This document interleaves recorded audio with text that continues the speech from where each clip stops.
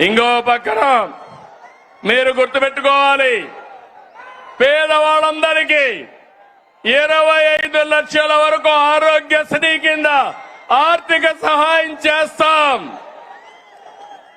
దీనివల్ల మీ వైద్య ఖర్చులు తగ్గుతాయి. ఇంకో పక్క మీరు చూస్తే కొత్తగా ఒక సంజీవని ప్రాజెక్టు తీసుకొస్తున్నాం. దీని ద్వారా ప్రతి ఒక్క వ్యక్తి ఆరోగ్యాన్ని కాపాడే బాధ్యత ఈ ప్రభుత్వం తీసుకుంటామని చెప్పి నేను మీకు తెలియజేస్తున్నా. నిన్న మొన్న చూశారు, ఒక నాయకుడు ఉన్నాడు ఈ రాష్ట్రంలో, మెడికల్ కాలేజ్ అంటే తెలియని నాయకుడు. ఆయన మాట్లాడుతున్నాడు, నేనేదో పొడి చేశాను, మీరు దానికి ఏదో ఇది చేశారని. నేను ఒకటే చెప్తున్నాను, ఈరోజు భూమి ఇస్తే మెడికల్ కాలేజ్ అయిపోదు.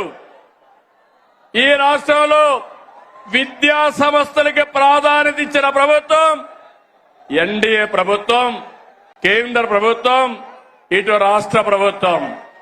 రాష్ట్రంలో మెడికల్ కాలేజీలు తెచ్చిన ప్రభుత్వం తెలుగుదేశం ప్రభుత్వం అవునా కాదా అని మిమ్మల్ని అడుగుతున్నాను. ఈరోజు దగ్గర 17 కాలేజీలుంటే ఒక కాలేజీ మాత్రం మొన్నే పాడేరు ఆపరేషన్ చేశాం. 16 కాలేజీలు చేయలేకపోయాం. ఫౌండేషన్ వేయడం, రిబ్బన్ కట్ చేయడం, నేనేదో చేశామని చెప్పుకోవడం కాలేజీని నడిపే విధానం కాదు. అందుకే ఈరోజు ఈ ప్రభుత్వం పీపీపీ విధానం తీసుకొచ్చాం.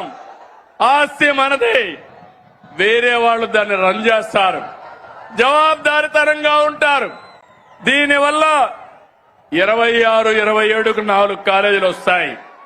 27, 28కి 7 కాలేజీలు వస్తాయి. దీనివల్ల 50% సీట్లు కన్వీనర్ కోటా కింద వస్తుంది.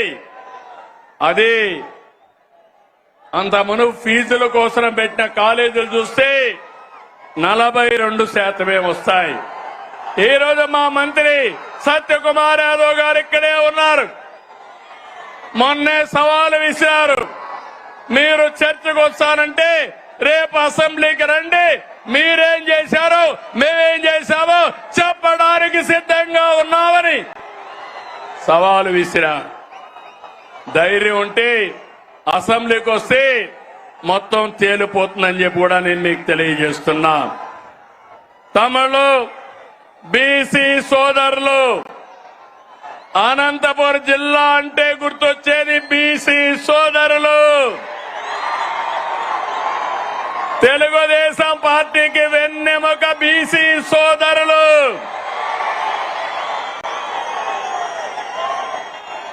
ఎన్డీఏ కూటమి మీ అభివృద్ధికి కట్టుబడి ఉన్నాం. నేతన్నకు విద్యుత్ రాయితీలు, మత్స్యకారులకు ఆర్థిక సహాయం, గీత కార్మికులకు మద్యం షాపులో 10% కేటాయింపులు, నాయి బ్రాహ్మణులకి జీతాలు పెంపు, సెలూన్లకి ఉచిత విద్యుత్, పేదవాళ్ళందరికీ సోలార్ రూఫ్ టాప్ కింద 70,000, 98,000 రూపాయలు ఎక్కడికక్కడ సబ్సిడీ ఇస్తున్నాం. ఇలాంటి కార్యక్రమాలు ఇచ్చి అర్చకులకి, ఇమాములకి, మౌజములకి, పాస్టర్లకి ఆండ్రోరియం పెంచాం. ఎస్సీలు, ఇక్కడ ఈ జిల్లాలో ఎక్కువగా మాదిగలున్నారు. ఎన్నో సంవత్సరాలుగా పోరాడారు మీరంతా. సమ్మర్లో 96లో వర్గీకరణ తీసుకొచ్చా, మళ్లీ ఈరోజు వర్గీకరణ తీసుకొచ్చిన ఘనత నాది, మాది. అవునా కాదా అని మిమ్మల్ని అడుగుతున్నా. ఏం తమ్ముళ్ళో మీరు చెప్పమని అడుగుతున్నా. వర్గీకరణ సబబు అయితే గట్టిగా చెప్పండి, కూడా చెప్పండి, సబబు అని చెప్పండి. సామాజిక న్యాయం మా ధ్యేయం. అందరికీ న్యాయం చేయాలి. తమ్ముళ్ళు, ఇక్కడ అందరికీ ఫోన్లు ఉన్నాయా? ఫోన్ నుండి చేలు పైకెత్తండి. మీకందరికీ ఫోన్లు ఉన్నాయి కాబట్టి ఒకప్పుడు ఆ ఫోన్లు రావడానికి నేనే కృషి చేశా, అవునా కాదా? నన్ను ఎగతాళి చేశారు, అవునా కాదా? ఇప్పుడు అడుగుతున్నా మిమ్మల్ని, ఆ ఫోన్లు ఉన్నాయి కాబట్టి మీరు ఏ ఆఫీసుకు పోయే పని లేదు. దర్జాగా వాట్సాప్ గవర్నెన్స్ తీసుకొచ్చాను.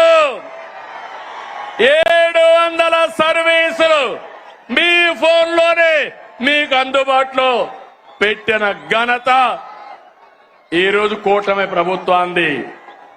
ఏం తమ్ముడు వాట్సాప్ గవర్నెన్స్ తెలుసా అని మిమ్మల్ని అడుగుతున్నా. తెలుసు అంటే చెప్పండి, చేతులపైకి చెప్పండి.